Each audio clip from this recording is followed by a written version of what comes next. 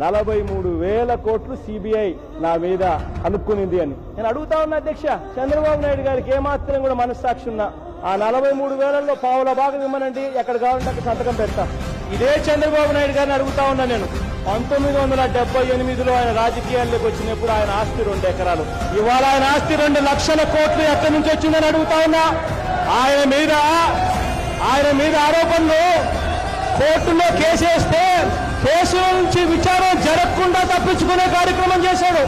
ఆయన మీద ఎంక్వైరీ చేయించుకుందాం. ఇవాళ ఇదే సిబిఐ చేత చంద్రబాబు నాయుడు గారి మీద విచారణ చేయించాం. రెడీనా అడుగుతా ఉన్నా. చంద్రబాబు నాయుడు గారి ఆస్తుల మీద విచారణ చేయిద్దాం. రెడీనా అడుగుతా ఉన్నా.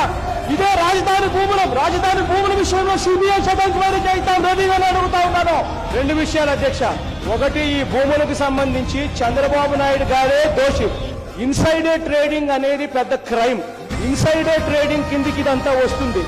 నీకు బాధ్యత గల ప్లేస్ లో నువ్వు ఉండి ఒక ముఖ్యమంత్రి స్థానంలో మీరుండి ముఖ్యమంత్రి స్థానంలో ఉన్న వ్యక్తి ఫలాని చోట క్యాపిటల్ సిటీ వస్తుందని తనకు తెలిసి తనకు సంబంధించిన వాళ్ళతో బినామీలతో భూములు కొనుగోలు చేయించి ఆ తర్వాత క్యాపిటల్ సిటీ అక్కడికి తీసుకొని రావడం ఇన్సైడర్ ట్రేడింగ్ కన్నా దారుణమైన క్రైమ్.